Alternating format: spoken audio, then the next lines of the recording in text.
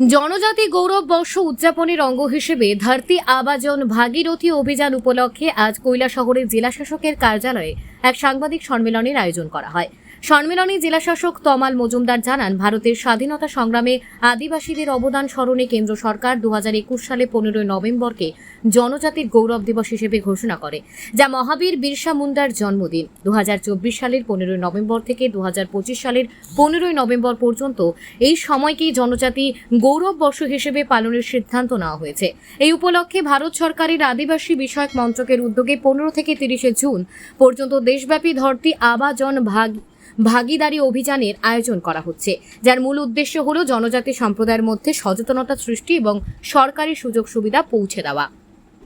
এই কর্মসূচির আয়তায় 59 জেলার 4টি ব্লকের মোট 21টি আদিবাসী গ্রাম এবং 42,174 জন আদিবাসীকে অন্তর্ভুক্ত করা হয়েছে, যা জেলার মোট আদিবাসী জনসংখ্যার প্রায় 78%। জেলা ও ব্লক স্তরে বিভিন্ন উন্নয়নমূলক কর্মসূচি গৃহীত হয়েছে, যাতে একটিও আদিবাসী পরিবার, বিশেষ করে অরক্ষিত উপজাতি গোষ্ঠী, তাদের প্রাপ্য অধিকার থেকে বঞ্চিত না হয়। জেলাশাসক জানান, এই অভিযান শুধুমাত্র স্মরণ নয়, বরং আদিবাসী সমাজের মর্যাদা ও ন্যায্য উন্নয়নের পথে এক ঐতিহাসিক পদক্ষেপ। আমাদের 17টা গাঁও পঞ্চায়েত এবং ভিলেজ কমিটি এরিয়াতে হবে, যেখানে আমাদের জনজাতিদের সংখ্যা বেশি আছে। মোট বসতির সংখ্যা হবে বা হ্যাবিটেশন হবে এই 17টা জিপি ভিলেজ, 21টা হ্যামলেট বা পাড়াতে, এবং এর সাথে যুক্ত হয়েছেন আমাদের প্রায় 42,000 জনজাতির সংখ্যা, যা আমাদের এই ডিস্ট্রিক্টের জনজাতির সংখ্যার প্রায় 78%। এবং পরিবার যদি আমরা ধরি, এখানে 9,335টি পরিবার এর সাথে যুক্ত হবে। এখন আমরা ধরুন ওনাদেরকে আমরা পিএমওয়াই হাউজিংয়ের ঘর দিচ্ছি,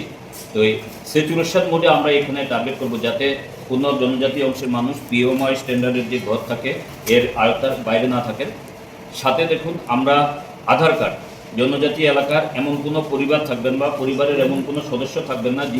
যার কোনো আধার কার্ড নেই। আমরা স্পেশাল ক্যাম্পেইন মোডে আগামী 15 তারিখ থেকে 30 তারিখ পর্যন্ত এই 15 দিন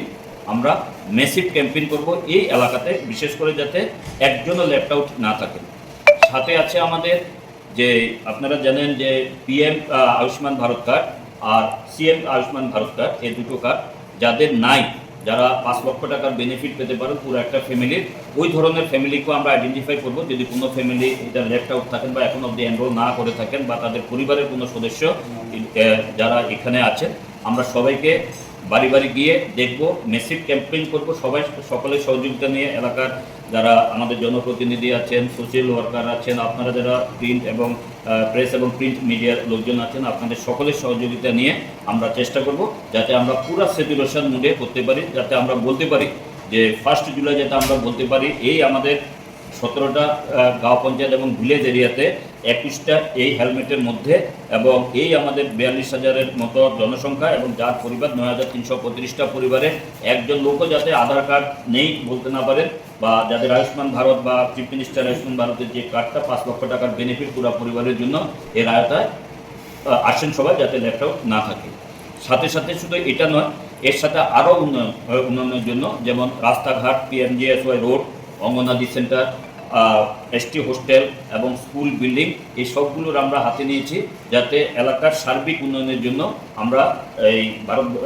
আমাদের ভারতবর্ষের যে উপজাতি কল্যাণ দপ্তর আছেন ওনাদের সহযোগিতা এবং আমাদের ত্রিপুরার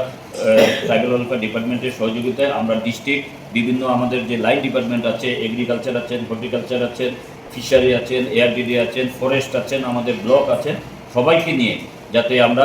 আমাদের এই বড় প্রোগ্রামটাকে আমরা সাকসেস করতে পারি।